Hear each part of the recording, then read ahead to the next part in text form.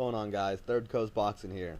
So we now know Gennady Golovkin had been waiting to fight Chris Eubank Jr. of the UK, and from what we'd heard, Golovkin had signed his contract, and now Team GGG was waiting on Eubank to sign his end of the deal. Well, we know that for some reason, they're stalling, and we didn't know why. Just hadn't signed the contract. Well, now Eddie Hearn, the promoter, has come out and released a statement and an interview on IFL TV that I just watched, and the report is confirmed on ESPN as well that Triple G will no longer fight Chris Eubank Jr. because Eubank was asking for too much money and control. So now Golovkin will fight the 147 title holder, Kell Brook, Special K out of the UK.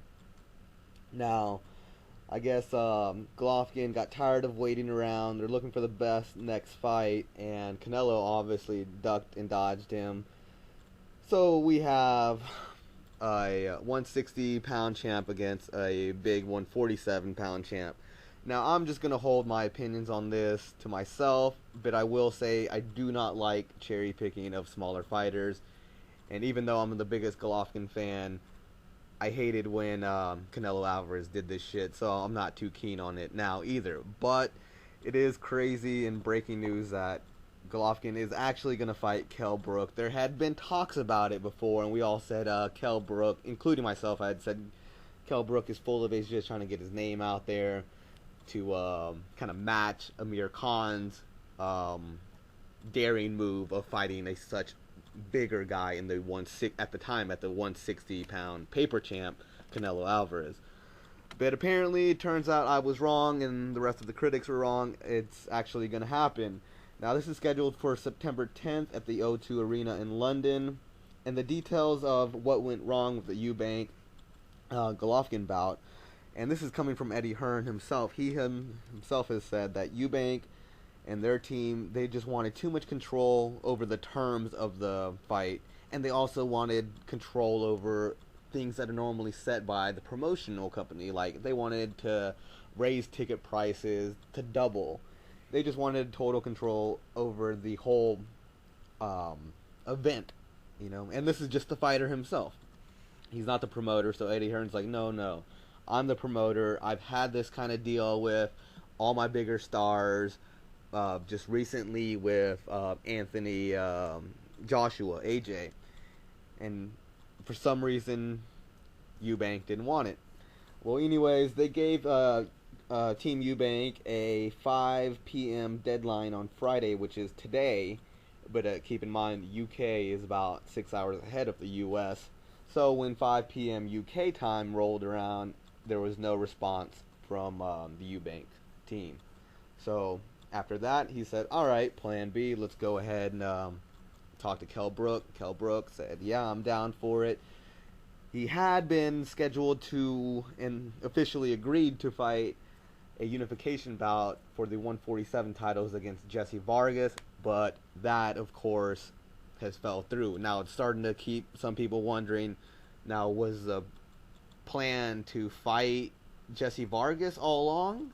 Or was it really to fight Golovkin all along?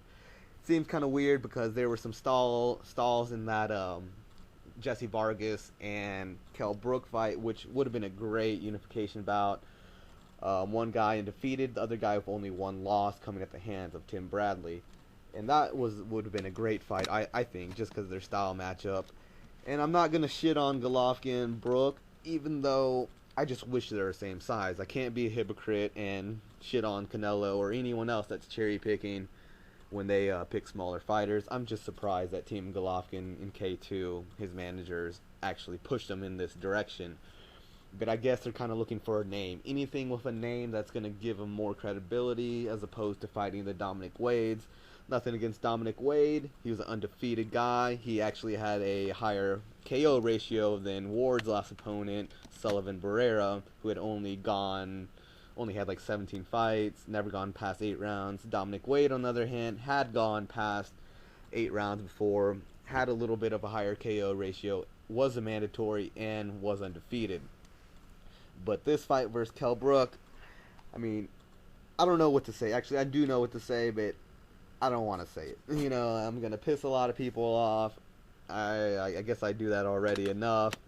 And I'm sorry, you guys. Some of y'all don't have to be so sensitive. My subscribers, you guys are not. You guys are true boxing fans. You understand the criticism that comes either way with any guy. And just because you're a fan of one guy, you know, doesn't mean that you have to be biased and a hypocrite and ignore totally when they do something wrong. And that's the case right now because, you know, I'm a big Golovkin fan. I would have loved to see him fight anyone else other than someone smaller. Even if it was a shit guy at 160. Even though, yeah, you know, we have been seeing him destroy the competition at 160. But what the fuck do you think he's going to do to a smaller guy? That's my only thoughts on that. But damn, I can't believe it happened. Eubank, I guess, was really ducking.